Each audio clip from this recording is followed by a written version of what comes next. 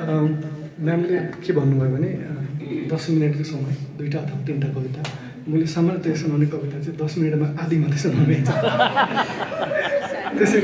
त्यसैले म एउटा मात्रै कविता सुनाउँछु, मिल्छ भने घन्टी नबजाइदिनु। मैले सुनाउने कविता सामान्यतया 14 मिनट 15 सेकेन्ड जतिको हुन्छ। यसलाई म सकेसम्म 10 मिनटमा कुनै पार्टिसलाई चाहिँ छोड्यौँला। अनि हेलो, इको अफ गर्नुपर्छ। हेलो, हुन्छ। हेलो, मोनिटर छैन। हुन्छ, मेरो सानो अनुरोध थियो हाम्रो सम्मानपूर्वक डेल्टा अर्गनाइजेसन टिमलाई चाहिँ पोइट्री पर्फर्मेन्समा चाहिँ माइक र स्पिकर चाहिँ कति लगाएर दिनु होला। मसँग किनभने यो माइक बाइक हामीसँग 3जना छ, यो बाइक केही पनि छैन। म्यामको त स्वर एकदम ठुलो रहेछ, मेरो फेरि त्यही भएर पढाउन सकिनँ मैले। हुन्छ, म कविता सुनाउँछु। मैले सुनाउने कविताको नाम चाहिँ हेप्पी बर्थडे भन्ने हो।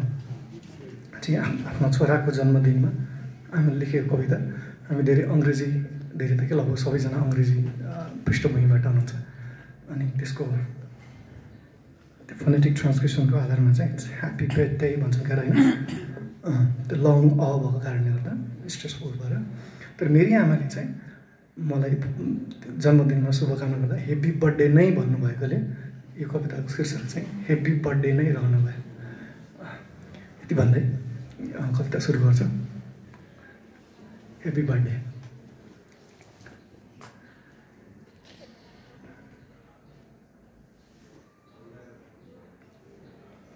त्यो कोही बिचमा आउनु लाग्नुभयो भने कविता सकेपछि आइदिनुहोस् भन्नुहोस् ल।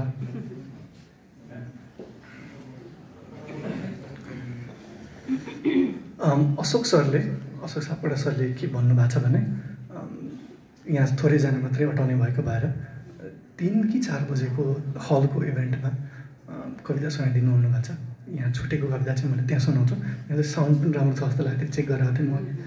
हजुर, धन्यवाद। Happy birthday.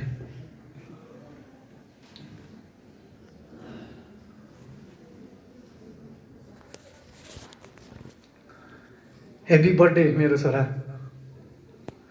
आज तिम्रो जन्मदिनमा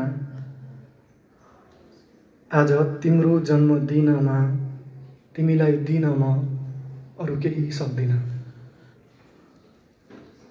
आज तिम्रो जन्मदिनमा तिमीलाई दिन म अरू केही सक्दिनँ, तिमीलाई सम्झिन बाहेक। तिमीलाई त म तिमी जन्मिनुभन्दा धेरै पहिलेदेखि सम्झिरहेकी थिएँ। बाडुलीले यादलाई कसरी बिर्सन सक्छ र? तिमीलाई त म तिमी जन्मिनुभन्दा धेरै पहिलेदेखि सम्झिरहेकी थिएँ। छोरा, तिमी जन्मिने वर्ष हाम्रो घरै नजिक ठुलो चट्याङ परेको थियो।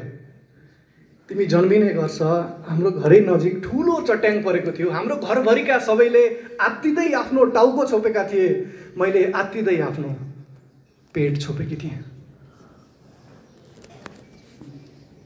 किनकि मलाई थाहा थियो मेरो पेटभित्रको तिमी आफै आफ्नो टाउको छोप्न सक्दैनथ्यौ। हेप्पी बर्थडे मेरो छोरा। आज तिम्रो जन्मदिनमा तिमीलाई दिन म अरू केही सक्दिनँ, तिमीलाई सम्झिन बाहेक। तिमीलाई त म तिमी जन्मिनुभन्दा धेरै पहिलेदेखि सम्झिरहेको थिएँ। सुकेको पराल नै परालले भरिएको गोरु गाडामा चढाएर भद्रपुर अस्पताल जाँदै गर्दा, सुकेको पराल नै परालले भरिएको गोरु गाडामा चढेर भद्रपुर अस्पताल जाँदै गर्दा सुकेको पराल माथि नै जन्मिएको हो तिमी। तर तिमीले देखेका कुनै पनि हरिया सपनाहरू सुकेर नजाउन्। हेप्पी बर्थडे मेरो छोरा। मलाई मेरा माइतीले दिएको बाटो खर्च, ठिकै छ सर छोड्दिनँ।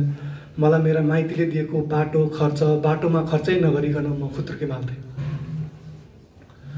मलाई मेरा माइतीले दिएको बाटो खर्च बाटोमा खर्चै नगरिकन खुत्रुके माल्थेँ। दसैँमा टिका लगाउन आएका मान्छेले ल्याएको कोसेली चिनी बेचेर पैसा चाहिँ खुत्रुके माल्थेँ। मैले त्यही खुत्रुके फुटाएर तिमी सबैभन्दा पहिले स्कुल जाने पोसाक किनेकी हौ। तिमीले पनि आफ्नो खुत्रुके भरेको छौ। स्कुलमा कलेजमा सिकेका कुरा खुत्रुकेमा हालेको छौ, जिन्दगीभरिका जितहरू खुत्रुकेमा हालेको छौ, सबै हारहरू खुत्रुकेमा हालेको छौ, तर केही पनि किन्न तिमीले आफ्नो खुत्रुके फुटाउन नपरोस्। ह्याप्पी बर्थडे मेरो छोरा। अनि तिमीले यही जिन्दगीमा एउटा यस्तो साथी भेट्नु, तिमीले यही जिन्दगीमा एउटा यस्तो साथी भेट्नु जोसँग हुँदा तिमीलाई आफू त्यति नै सुरक्षित भए जस्तो लागोस् जति सुरक्षित तिमी मेरो पेटभित्र थियौ। ह्याप्पी बर्थडे मेरो छोरा। आज तिम्रो जन्मदिनमा तिमीलाई दिन म केही सक्दिनँ तिमीलाई सम्झनु भए। छोरा, हामीलाई प्रौढ शिक्षा पढाउने गीता भण्डारी बहिनीले सोचिन्, काकी तपाईँ सुरुमा कसको नाम लेख्न सिक्नुहुन्छ? त्यतिखेर मेरो ओठले तिमीलाई सम्झिन्छ। छोरा, म अम्बाको रुखमुनि घाँस काट्न जान्छु, म बेलौतीको रुखमुनि घाँस काट्न जान्छु। सुँगाले आधा अम्बा खान्छ र आधा झार्छ। त्यो सुँगाको जुठो हँसियाले काटेर फालिसकेपछि बाँकी रहेको अम्बा टोक्न खोज्दा मेरो जिब्रोले तिमीलाई सम्झिन्छ। म बिहान बेलुकी गाई दुहुन बस्छु। त्यो ठुलो बाल्टीको छेउमा सानो गिलास लिएर कुद्दै आउने त्यो सानो फुच्चे हिजो आज आउँदैन। त्यो गाईको सानो बाछोले चप चप चप गर्दै गाईको थुन चुसिरहेको सुनेपछि मेरा कानले तिमीलाई सम्झिन्छ। छोरा, हाम्रो घरै अघिको बाटो तिमी जस्तै कोही आउँदै गरेको देख्छु। हाम्रो घरै अघिको बाटो तिमी जस्तै कोही आउँदै गरेको देख्छु। अनि मेरो पैतालाले रमाउँदै तिमीलाई सम्झिन्छन्। तर त्यो आउँदै गरेको मान्छे तिमी होइनौ भनेर म भन्दा राम्रो आँखा देख्नेले भनेपछि मेरा परेलीले तिमीलाई सम्झिन्छ। सम्झता, तिमीले तिम्रो मेरो सेरोफेरो किताब हराएको दिन, तिमी मेरो सेरोफेरो आउन डराउँदै हाम्रो घरको खम्बाको सेरोफेरो घुमेको थियो। अहिले त्यो खम्बा बुढो भएको छ, ढकालबा जस्तै। ढकालबासँग पो टेक्नलाई लौरो छ। हाम्रो घरको लौरो तिमी छैनौ।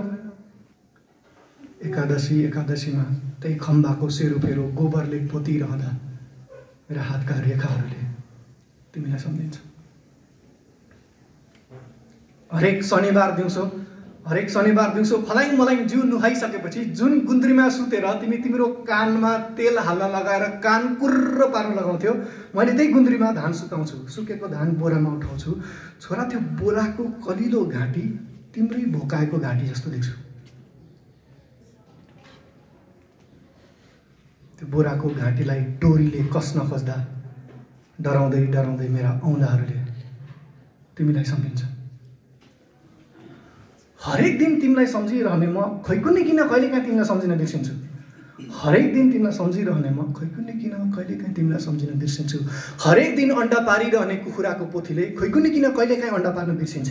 तर अन्डा पार्न बिर्सिएको भोलिपल्ट कुखुराको पोथीले भित्र 2टा रानी भएको 2 गुणा ठुलो अन्डा पार्छ। मेरो राजालाई सम्झिन बिर्सिएको भोलिपल्ट मेरा आँखाहरू अरू दिनभन्दा 2 गुणा बढी ठुला हुन्छ।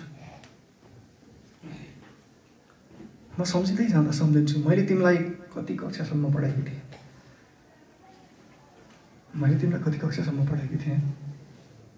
तर तिमीले पढेको हरेक अक्षर र हरेक अङ्क किन्न मैले फर्सीका बियाँ बेचेकी थिएँ। त्यसैले चाहन्छु तिम्रो जिन्दगीमा रहरका गतिला गट्टाहरू लागिरहन्।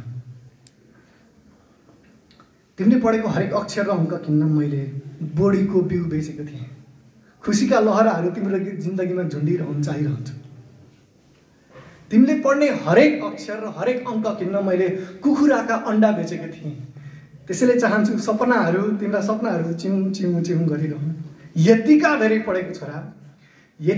पढेको मेरो छोरा, म तिम्रो चिउँडोको टुप्पो सम्झिन्छु र हरेक बिहान नरिवलको कुचोको टुप्पो भान्छु। म बिहान कुचोको टुप्पो कति चोटि भान्छु यति गर्न सक्छु होइन? यतिका धेरै पढेको मेरो छोरा। मेरा यी चाउरिएका गालामा बाङ्गा अक्षरलाई बाङ्गो डीको दिएर तिम्रै बारेमा एउटा कविता लेखिएको छ। मेरो चाउरी परेको गालामा बाङ्गा अक्षरलाई बाङ्गे डीको दिएर तिम्रो बारेमा एउटा कविता लेखिएको छ। आफ्नो बारेमा लेखेको कविता त पढ्न सक्छौ होइन? यतिका धेरै पढेको मेरो छोरा। तिम्रो कानको लोती सम्झिन्छु अनि बाख्राका पाठाको कानको लोती सुमसुम्याउँछु। पाठाको लोती कतिचोटि सुमसुम्याउँछु, यति गन्न त सक्छौ होइन? यतिका धेरै पढेको मेरो छोरा।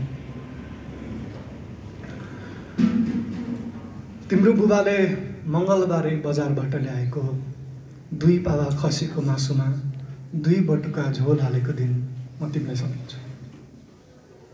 तिम्रो बुबाले मङ्गलबारे बजारबाट ल्याएको 2 पावा खसीको मासुमा 2 बटुका झोल हालेको दिन म तिमीलाई सम्झिन्छु। तिमीले ओढ्ने गरेको पुरानो सिरकमा नयाँ खोल हालेको दिन म तिमीलाई सम्झिन्छु। दिनभरि घरमा कोही नभएको दिन म तिमीलाई सम्झिन्छु। दिनभरि घरमा कोही नभएको दिन म तिमीलाई सम्झिन्छु। रातभरि घरभरि सबैजना भएको दिन म तिमीलाई सम्झिन्छु। छोरा, म राति राति बाती काटिरहन्छु। राति राति बाती काटिरहन्छु। आफ्नै अन्जुलीमा आफ्नै औँलाहरूले वरिपरिबाट घेरेर राखेको यो कपास मलाई म जस्तो लाग्छ। यो कपासबाट बिस्तारै टाढा गइरहेको धागो तिमी जस्तो लाग्छ। 5 फन्का घुमाएर जब यो धागोलाई चुड्न खोज्छु तब मबाट चुडिएको तिम्रो नाभि सम्झिन्छु। बाती चुडिरहन्छ, तिमीलाई सम्झिरहन्छु।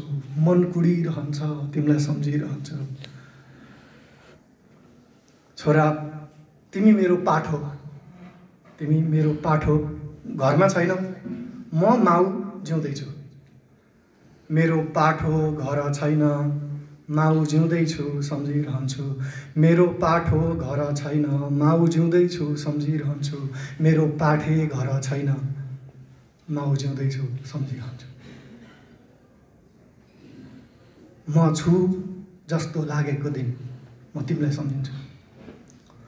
म छु जस्तो लागेको दिन म तिमीलाई सम्झिन्छु। मर्छु जस्तो लागेको दिन तिमीलाई सम्झिन्छु। आफूलाई सम्झिएको दिन तिमीलाई सम्झिन्छु। आफूलाई बिर्सिएको दिन तिमीलाई सम्झिन्छु। मलाई नढाँटिकन भन त मेरो छोरा, आज तिम्रो जन्मदिनमा तिमीले मलाई सम्झ्यौ?